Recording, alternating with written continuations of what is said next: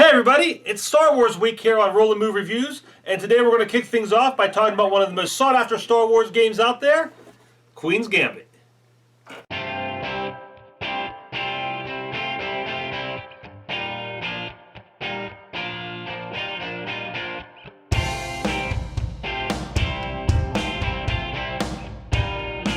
Well, it's finally here. After months and years of anticipation, we are just days away from the release of Star Wars Episode 7, The Force Awakens.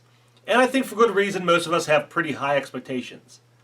But let me take you back to another bygone era. The year was 1999, and we were all eagerly anticipating another new Star Wars movie and looking forward to a great continuation of that amazing saga. What we got was The Phantom Menace. But out of the ashes of that disaster came a game from Avalon Hill called Queen's Gambit. Can this game relieve some of the pain that we endured from Episode 1? Let's take a look. Trying to get as much of the game as possible in one shot here, but as you can see it's very sprawling. You have two boards and then the 3D palace section. And in this game you're basically playing out the entire third act of Episode 1. And you're playing out all four scenarios that were going on at that time. First you have the field battle, the Gungans versus the droids. And of course the droids are led by General Binks, so obviously everything's going to work out great for them. You have the Theed Palace, and you can see Queen Amidala there and her troops try and take on these droids. They got to go up all three levels and reclaim the throne room from the Viceroy there. Then you've got the Jedi battle, Qui-Gon and Obi-Wan taking on Darth Maul.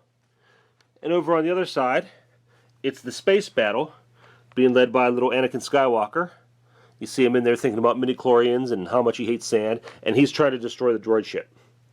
Now, for the Naboo/Republic side to win, Anakin has to destroy the droid ship and shut down all the droids, and then they have to be able to get a majority of people in the throne room here. So basically, all these droids have to be destroyed, and they have to have at least 3 people in here to outnumber the Viceroys. For the Trade Federation side to win, they have to kill enough Naboo people that they can never get a majority in the throne room and reclaim it. Now let's take a look in detail, see how the game works. Each side is going to have access to 2 different sets of cards, the Battlefield and the Theed Palace. Battlefield cards are going to give you actions on the Gungan versus Droid battle and the Space battle, while the Theed Palace cards are going to control the events in the Palace as well as the Jedi fight. As you can see, both decks have identical backs.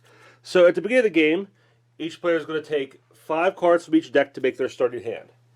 On your turn, you will select 4 of those, place them face down, and then each player will take turns playing one of those cards one at a time. It's possible to earn bonus cards to add to that stack, so one player may have more cards than the other. But once all cards have been played, each player is going to draw up 2 more cards from each stack, resetting their hand to 10, and play will continue that way until somebody wins. Now let's take a look and see how each individual scenario plays out. Here we have the Gungan versus Droid battle. This kind of plays out like Command and Colors or Memoir 44, where you have units that move together and attack and defend as one. On the Gungan side, you have the standard Gungans. They're in units of 3. You have the Kadu Riders in units of 2.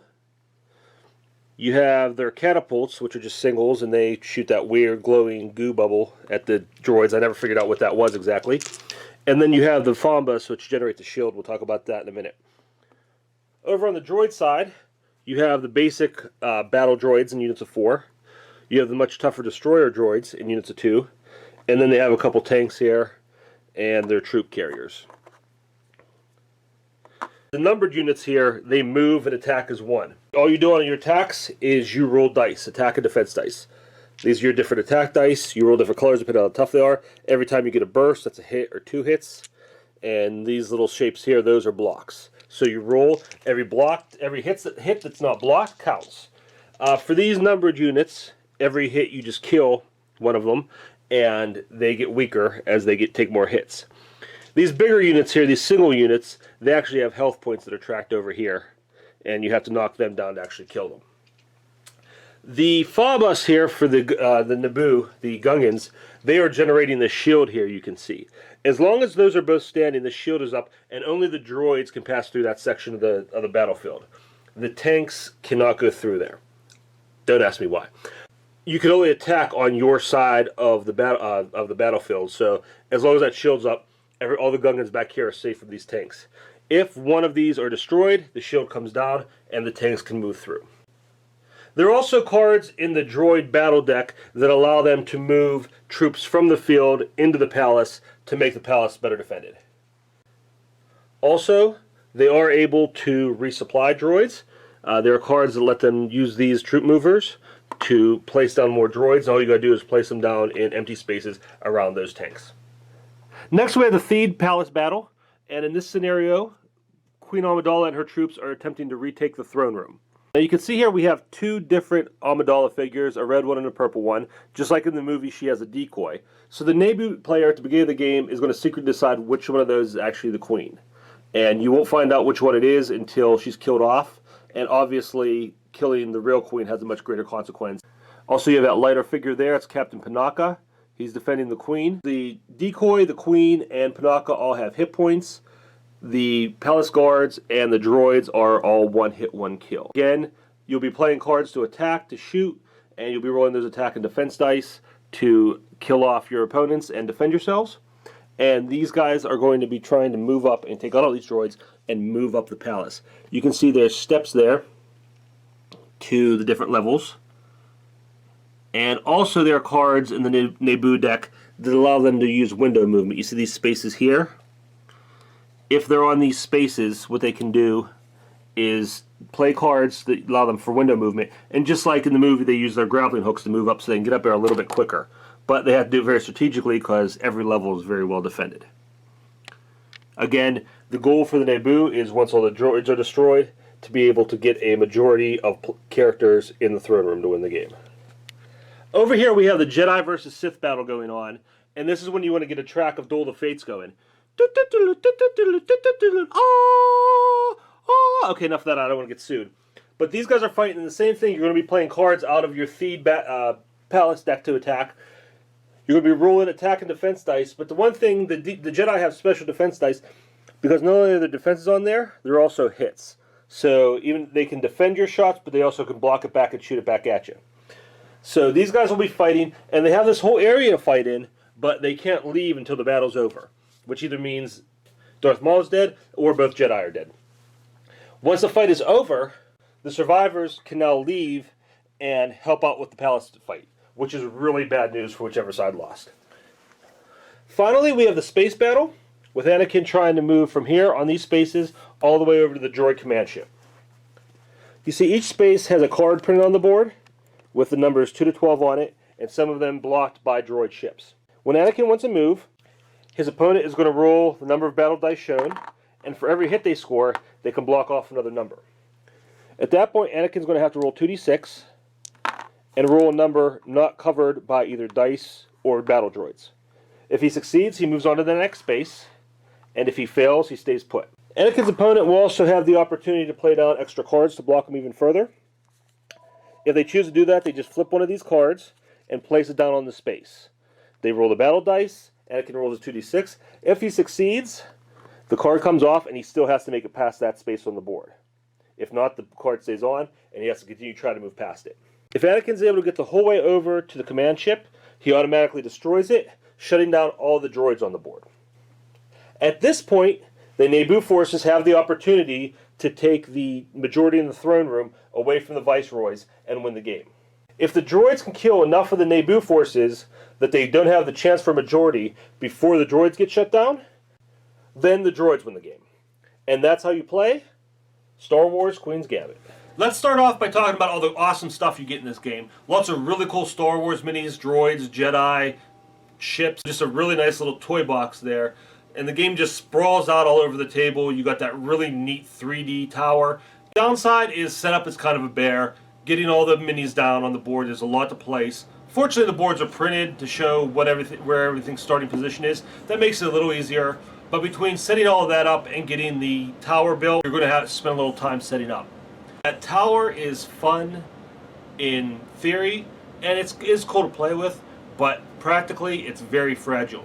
You're going to have a lot of hands moving around the table, reaching for dice, looking at cards, and I know from experience, the slightest bump, it's going to come falling down, and your game's going to be pretty much ruined. So be very careful when you're playing that. Make sure the tower doesn't get bumped.